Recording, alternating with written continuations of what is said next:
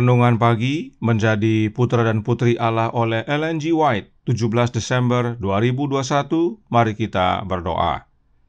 Bapa kami yang di sorga, Allah pencipta langit dan bumi, laut dan segala isinya, Allah yang maha besar, maha kuasa, sumber segalanya, yang kami sembah selalu melalui anak-Mu yang tunggal, Yesus Kristus. Terpujilah Yesus, anak Allah yang maha tinggi, yang adalah penebus, penolong, penghibur, pengantara kami. Pada pagi hari ini kami bersyukur boleh bangun dan berbakti dan sebagaimana membaca nasihat firman-Mu dan mendengarkannya. Kiranya ini menjadi sukacita dan pembaharuan bagi masing-masing kami, agar bersedia karena Yesus segera datang. Beserta kami ya Tuhan, sepanjang perbaktian ini kehendak-Mu yang jadi. Ampun kami akan dosa dan salah, karena kami berdoa hanya dalam nama anak Allah yang tunggal, Yesus Kristus, yang adalah Tuhan dan Juru Selamat kami. Amin. Renungan hari ini akan dibacakan oleh Ibu Shower Kaviar. Kepada Ibu Shower, kami persilahkan. Selamat pagi semuanya. Renungan kita pada hari ini tanggal 17 Desember tahun 2021 berjudul Mereka yang setia di bumi akan diselamatkan. Ayatnya terdapat dalam Matius pasal 24 ayat 31.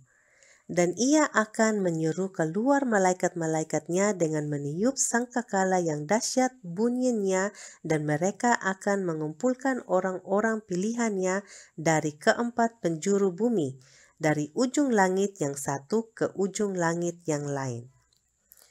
Dalam kuasanya dengan maju mengendarai dengan kemenangan, dan untuk menang, manusia fana yang lemah boleh mendapat kemenangan.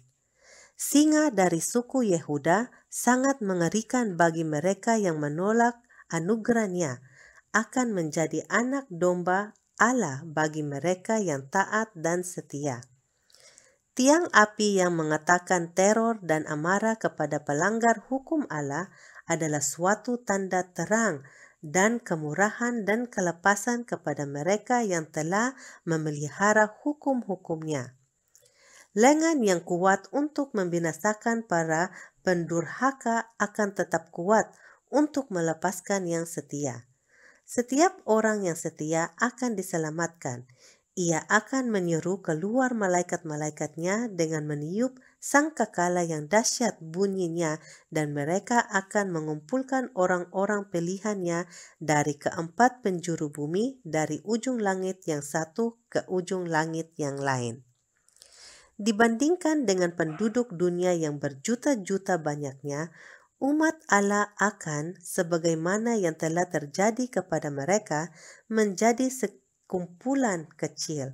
Tetapi jikalau mereka berdiri bagi kebenaran sebagaimana dinyatakan dalam firman-Nya, Allah akan menjadi perlindungan mereka itu. Mereka berdiri di bawah perisai lebar yang maha kuasa. Allah adalah selamanya golongan yang terbesar. Apabila bunyi sangkakala yang terakhir itu menembus rumah penjara orang mati, dan orang yang benar itu pun keluar dengan kemenangan sambil berseru, "Hai maut, di manakah kemenanganmu? Hai maut, di manakah sangatmu?" Kemudian berdiri bersama Allah dengan Kristus, dengan malaikat-malaikat, dan mereka yang setia dan benar dari segala zaman, anak-anak Allah kelak jauh lebih banyak bilangannya. Dalam khayal suci, Nabi itu melihat kemenangan terakhir dari gereja Allah yang sisa. Dia menulis, "Dan aku melihat sesuatu bagaikan lautan kaca bercampur api. Orang-orang yang telah mengalahkan, pada mereka ada kecapi Allah, dan mereka menyanyikan nyanyian Musa, hamba Allah, dan nyanyian anak domba. Bunyinya, besar dan ajaib segala pekerjaan-Mu, ya Tuhan Allah yang maha kuasa. Adil dan benar segala jalan-Mu, ya Raja segala bangsa." Terima kasih atas penata layanan Ibu Shower. Tuhan Yesus memberkati. Selamat pagi saudaraku dalam Tuhan.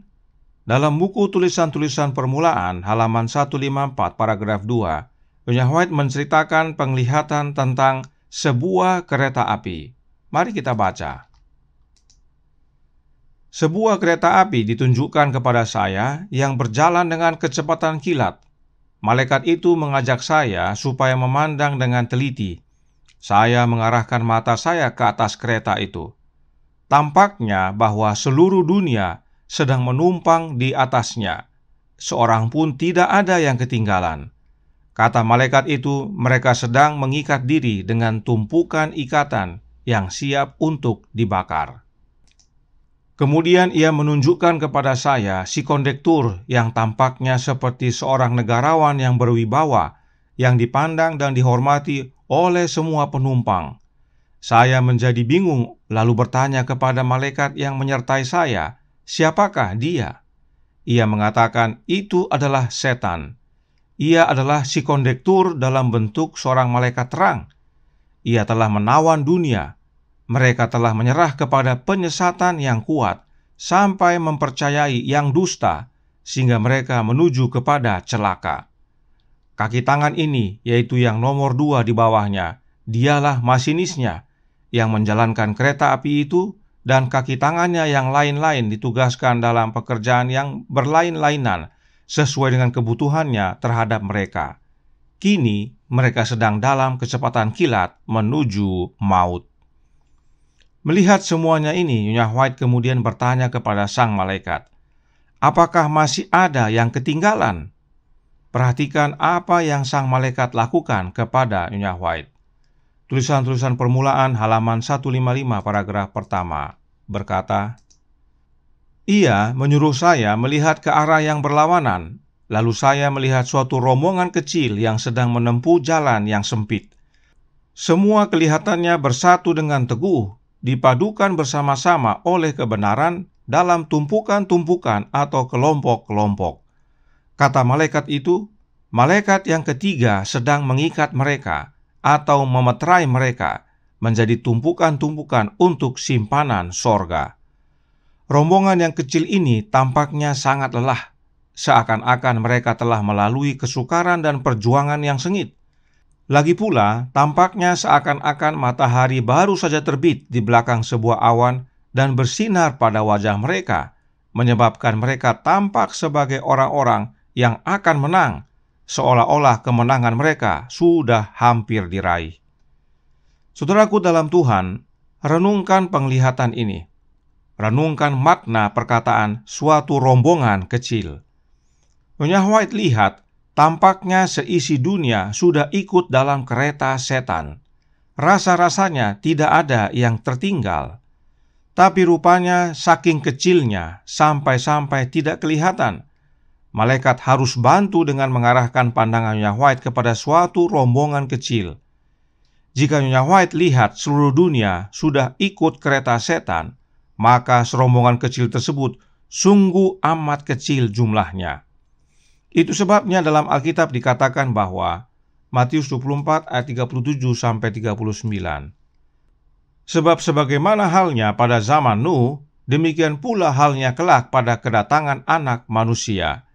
Sebab sebagaimana mereka pada zaman sebelum air bah itu makan dan minum, kawin dan mengawinkan, sampai kepada hari Nuh masuk ke dalam bahtera, dan mereka tidak tahu akan sesuatu sebelum air bah itu datang dan melenyapkan mereka semua, demikian pula lah halnya kelak pada kedatangan Anak Manusia.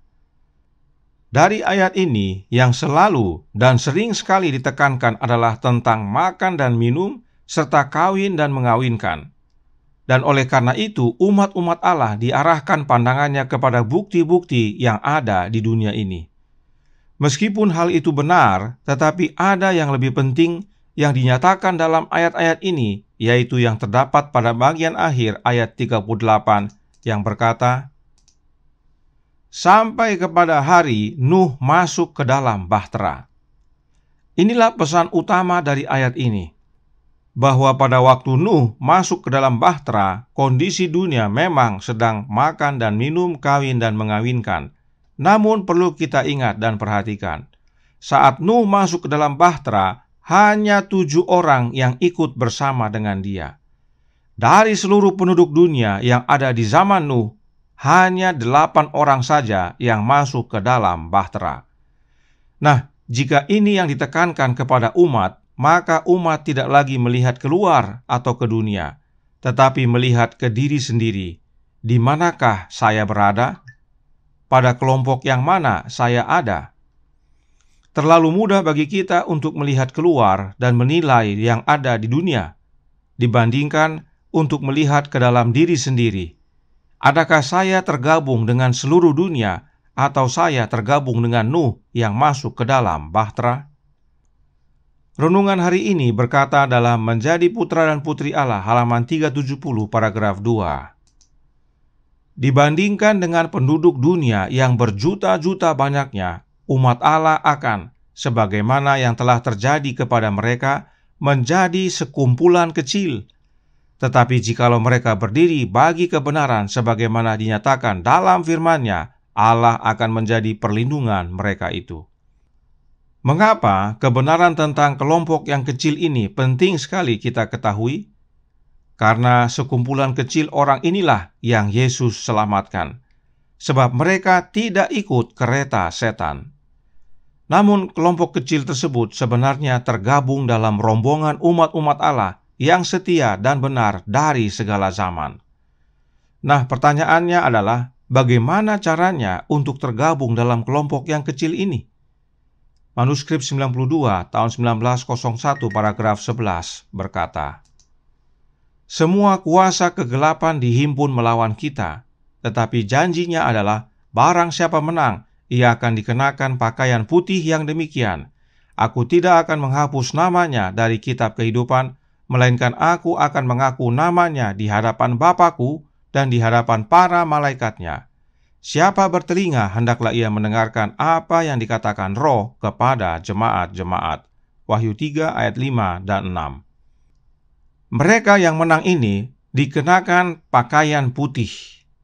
Pakaian putih tersebut adalah lambang kebenaran Kristus. Itu sebabnya juga disebut jubah kebenaran Kristus, dan itu adalah karakter sempurna Kristus. Bagaimana caranya itu dikenakan kepada mereka? Dengan menerima rohnya Kristus. Artinya, mereka yang menerima rohnya Kristus inilah yang diakui namanya di hadapan Bapanya Yesus dan di hadapan para malaikatnya. Sebab mereka menang karena Yesus. Roh Nubuat menjelaskan dalam Temperance halaman 292 paragraf 1 berbunyi, "Barang siapa menang, ia akan dikenakan pakaian putih yang demikian. Aku tidak akan menghapus namanya dari kitab kehidupan, melainkan aku akan mengaku namanya di hadapan Bapa-Ku dan di hadapan para malaikatnya." Kristus menang demi kita. Kita dapat menang melalui nama Yesus Kristus dari Nazaret. Apakah maksudnya Kristus menang demi kita dan kita dapat menang melalui nama Yesus? Suratnya nomor 1B tahun 1873 paragraf 3 menjelaskan, "Berbagai pencobaan musuh yang cerdik ditentang dengan ada tertulis. Kristus mengalahkan setan, memungkinkan manusia untuk menang atas namanya sendiri dalam nama Kristus." Inilah maksudnya, yaitu karena Yesus telah menang dengan mengalahkan setan, maka dalam nama Yesus kita pun dapat beroleh kemenangan yang sama. Karenanya Roh Nubuat berkata dalam Membina Keluarga Sehat halaman 419 paragraf 3 berbunyi, "Hanya dengan mengalahkan sebagaimana Yesus telah kalahkan, maka kita akan memenangkan mahkota kehidupan." Inilah pentingnya menang seperti Yesus telah menang, karena upahnya adalah kehidupan yang kekal. Dan berikut caranya.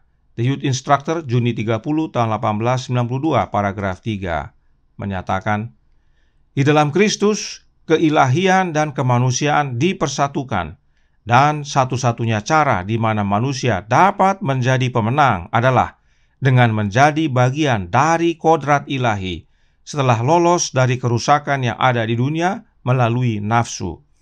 Keilahian dan kemanusiaan berpadu di dalam dirinya yang memiliki roh Kristus." Singkatnya, barang siapa yang mau menang harus mengambil bagian dari kodrat ilahi, dan untuk dapat mengambil bagian dari kodrat ilahi, kita harus memiliki roh Kristus. Karenanya saudaraku dalam Tuhan, di dalam Yesus keilahian dan kemanusiaan bersatu, dan inilah cara untuk menang. Dan kita dapat memilikinya dengan memiliki Roh Kristus. Karenanya, bila mana mau kita tergabung dengan rombongan kecil umat Allah yang setia, rombongan kecil yang tidak mau ikut kereta setan, milikilah Roh Kristus. Dan dengan memiliki Roh Kristus, maka itulah makna mengenakan jubah kebenaran atau pakaian putih yang demikian, dan keselamatan pun menjadi bagian kita saat Yesus datang. Kita yang setia diselamatkan. Tuhan memberkati. Saya bawa dalam nama Yesus. Amin. Mari kita berdoa. Bapa kami yang di sorga, Allah pencipta langit dan bumi, laut dan segala isinya, Allah yang maha besar, maha kuasa, sumber segalanya, yang kami sembah selalu melalui anak-Mu yang tunggal, Yesus Kristus.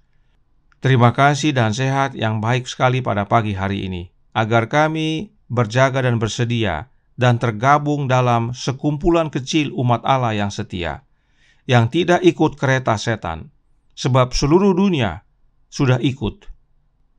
Dan syarat untuk dapat menjadi bagian kelompok yang kecil ini adalah dengan menerima Roh Kristus. Karenanya tolong kami ya Bapa, curahkan roh anak-Mu dalam hati ini, berkuasalah ya Yesus dalam hidup ini, ubahkan kami menjadi serupa dengan Engkau, kehendak-Mu yang jadi, karena kami berdoa dan memohon ampun akan dosa dan salah, dalam nama anak-Mu yang tunggal, Yesus Kristus, yang adalah Tuhan dan Juru Selamat kami.